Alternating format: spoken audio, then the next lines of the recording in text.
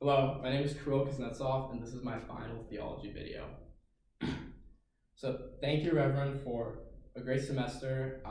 As someone who is not very religious, I was nervous coming into this course, but I'm glad to say that I really have broadened my perspective a lot, and now I understand a lot better how other people's faith impacts me every day. So that being said, I have had a lot of beliefs that have changed as a result of this course, but today I would like to talk about two specifically.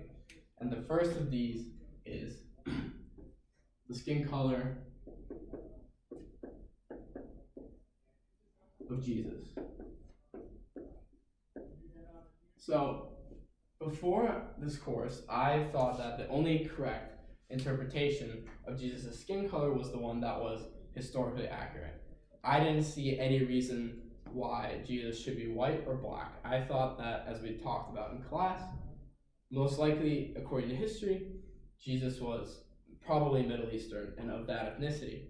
So this is what made the most sense to me, and I thought that's the only right way to think about Jesus. But two things over the course of the semester made me change my opinion of this.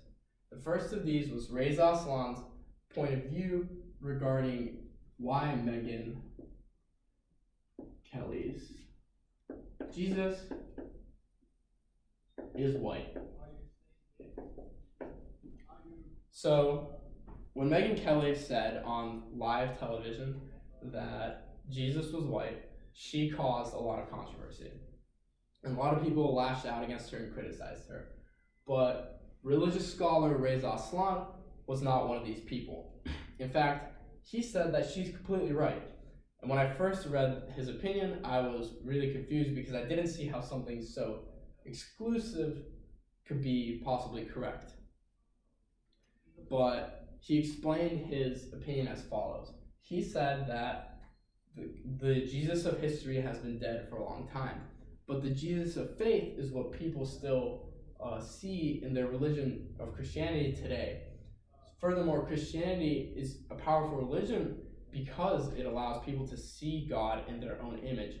And for this reason, it's really important, in fact, that Megyn Kelly does see her Jesus as white.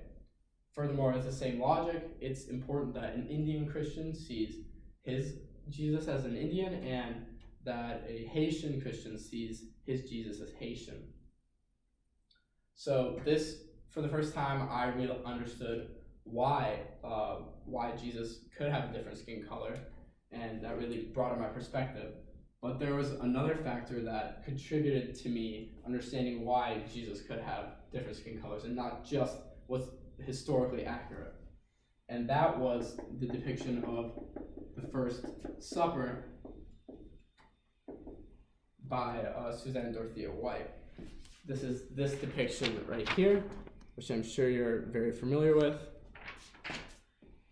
And my initial response when I saw this image was that obviously it's a play on Leonardo da Vinci's Last Supper depiction of Jesus, but what I hadn't realized before is that in the Last Supper, Da Vinci actually depicts Jesus as white.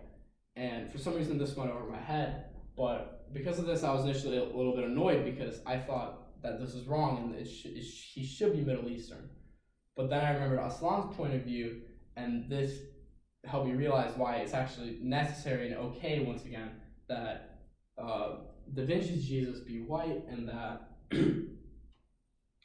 in this interpretation, Jesus was actually depicted as a native Australian woman, according to Suzanne Dorothea White. And even though that's a small minority of people, it's still important that they can see Jesus in their own skin, because that was what empowers their faith and what makes Christianity such a powerful religion. So these two things put together really made me realize for the first time why the Jesus of faith is a lot more important than the Jesus of history. I used to think that he could only be Middle Eastern, that's the only thing that made sense. But in reality, now I understand that it's a lot more important for people to see Jesus in their own skin. The second thing that I want to talk about, where my opinion really changed over the course of the semester, represents separation between church and state. So before I took this class, I was a real U.S. history buff. I took AP U.S. history and I took AP U.S. government, and I did well, and I enjoyed both courses so much. But what those courses did not teach me at all was how much religion is still intertwined with politics today, which I really did not realize. And two things over the course of this semester helped me realize that. The first was the documentary Jesus Camp. In this documentary, we saw Becky Fisher, whose evangelical faith was very much influential in what she thought was best for politics. She thought that it would be best for her conservative ideal society to be all over the United States. She talked about taking back the schools, taking back the government. This is what was important to her faith. And I didn't realize how much traction such people had only 10 years ago. Throughout the documentary, they talked about how if all the evangelicals voted, then they would have control of U.S. policy, and how evangelicals influenced the Supreme Court justice appointment by George W. Bush that was conservative. So overall, in this documentary, I saw through Becky Fisher how faith really is inseparable from government. And I think this was naive of me not to see it before, but I really realized for the first time that people will vote based on what they believe, including religion. Now, the second thing that influenced my perception of church and state was in the Philadelphia House,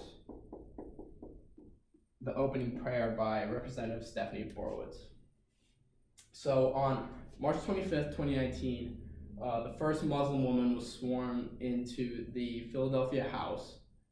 And on that same day, another representative, Stephanie Borowitz, came onto the podium and gave a very exclusive and targeting prayer.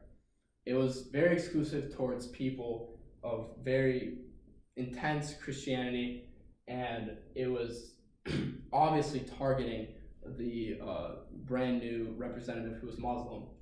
I watched her prayer, and as someone who's not religious, I found myself very uncomfortable watching it, and I can only imagine what the Muslim representative felt like when she was listening to this prayer herself.